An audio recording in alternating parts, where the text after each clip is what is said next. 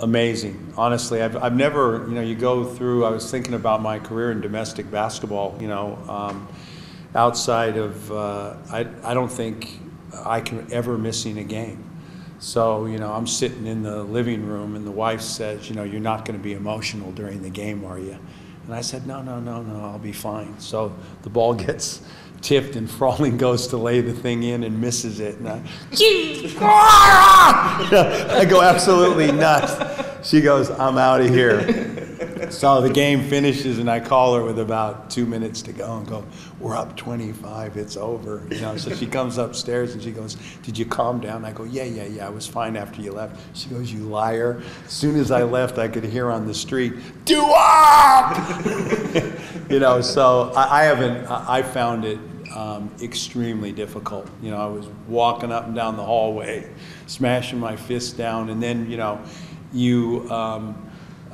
the team's got a real shot, so it became more emotional. You didn't know which way playing them on their court, how it was going to swing, but obviously halfway through it at halftime, we got a real chance here. And just, and then, bottom line of it, what a great job Jake did, with the reins and running the team. And, everybody has tremendous confidence in him. And the guys really, stepped up in the areas that have been a concern. We did just such a better job and have been over the last month defending and, trying to rebound the ball better. And that, keys the transition game and loosens up our offense. So, and that's easy said. Melbourne's a very hard team to do that against. So really, really, really important, big win and really exciting. Well, I think that this team in particular, last year we found out, and they understood what we had to do to win. If we didn't guard, we were just limited. And this year we have so many more scoring options that it's been harder to convince the group on the other side of the ball. And that's been a real, you can't win in this league without defending and rebounding. That's what our league is. And we've been near the bottom, and, it almost cost us our season. And the lights switched on, and we've been getting better and better and better there, and we've been more competitive. I mean, we got a long way to go. Our schedule coming down the back stretch is brutal, but, the thing that was alarming or really scary to me was, you have that patch of home games and you lose a couple more and you're out of this thing.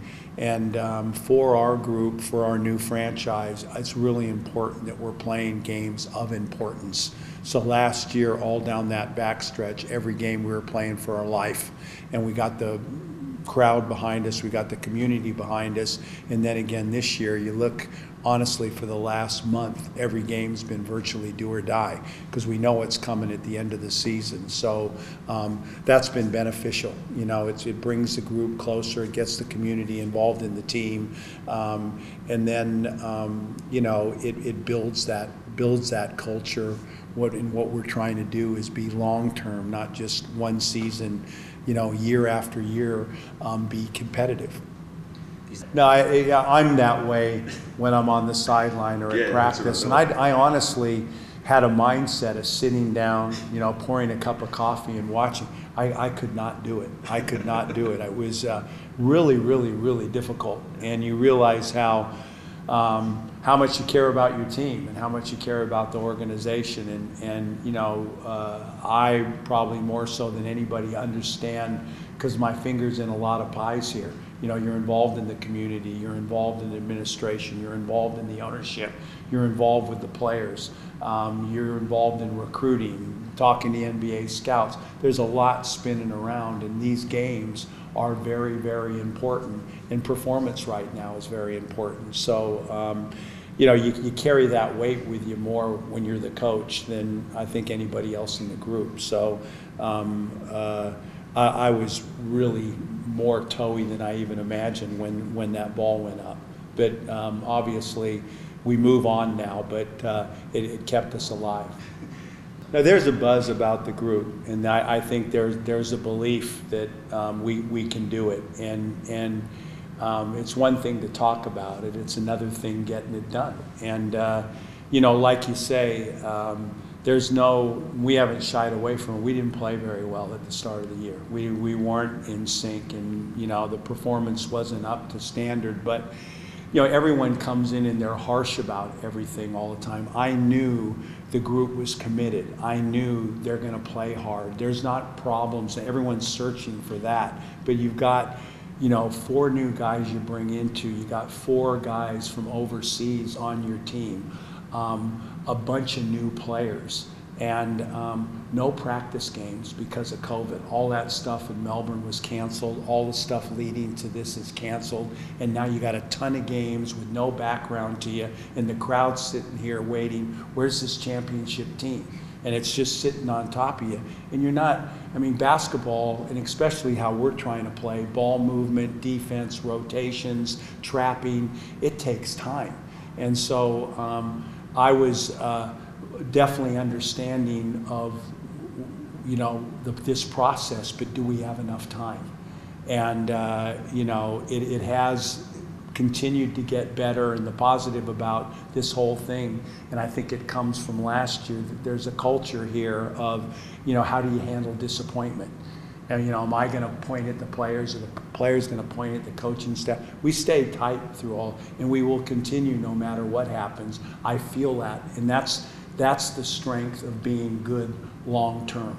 So, and talk's cheap, but I think if you go back to when we were losing, I was never finger pointing. The players weren't. It was disappointment, but understanding and constantly in the group, hey, this is going to take time. You got to tune all that noise out, and being picked to win the championship, comedy act, as compared to an organization like Perth, compared to an organization like Sydney, or these teams have been around for a long time, organizations for a long time. We're not a whole lot different than the Jack Jumpers. I know it's been an organization since 1979, but I went into the Kings out of administration. I've been through merges. This was totally different. Everything gone, COVID starting from scrap. Totally new office, totally new ownership, virtually totally new team. So we've covered a lot of ground. That challenge hasn't happened yet, and you're exactly right. That's what we talked about today. This team's got nothing to lose, and our mentality can't be different to how it was going to Melbourne. You could feel it, the group going into Melbourne, and then the addition of me not being there, that everybody lifted. And if there's a letdown, we'll pay the price. Because I said this all along, when I started in this from China, New Zealand, look where they play Perth to the last basket. We go down there, we're 20 down at halftime to the bottom. There's this much difference between a Brisbane and a Melbourne. And if Sobe's in here, they're top 4 material. It's this close. So if there's any letdown on our part, we're not going to get to where we want to go. And that's an area that we'll see. But that's another test in this thing, that no games are any different. You got to have the same mindset.